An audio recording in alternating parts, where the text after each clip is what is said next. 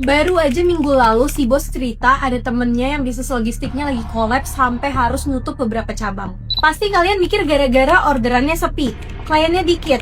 Bukan, justru sebaliknya. Kliennya banyak tapi pada cabut satu-satu gara-gara banyak sopir baru yang suka nyepelein jadwal pengiriman dan sering telat nganter barang.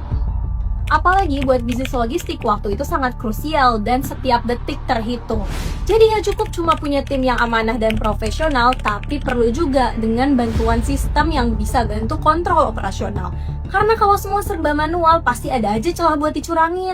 Dan semenjak kejadian itu, temennya si bos langsung mutusin buat semua armadanya dipasangin door sensor dari GPS ID yang sudah terintegrasi dengan website GPS ID. Door sensor bekerja dengan memantau setiap aktivitas di pintu kendaraan, mulai dari kapan pintu dibuka, titik akurat lokasi kendaraan, durasi pintu terbuka, hingga plat nomor kendaraan. Semua data akan terekam otomatis di sistem GPS ID, sehingga kamu bisa identifikasi potensi penyimpangan jadwal atau rute dengan cepat dan akurat.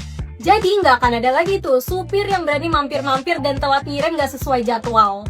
Jangan tunggu bisnismu tumbang karena kendali oknum nakal. Yuk mulai kendalikan penuh bisnismu dari sekarang, jadwalkan konsultasi, klik link di bio.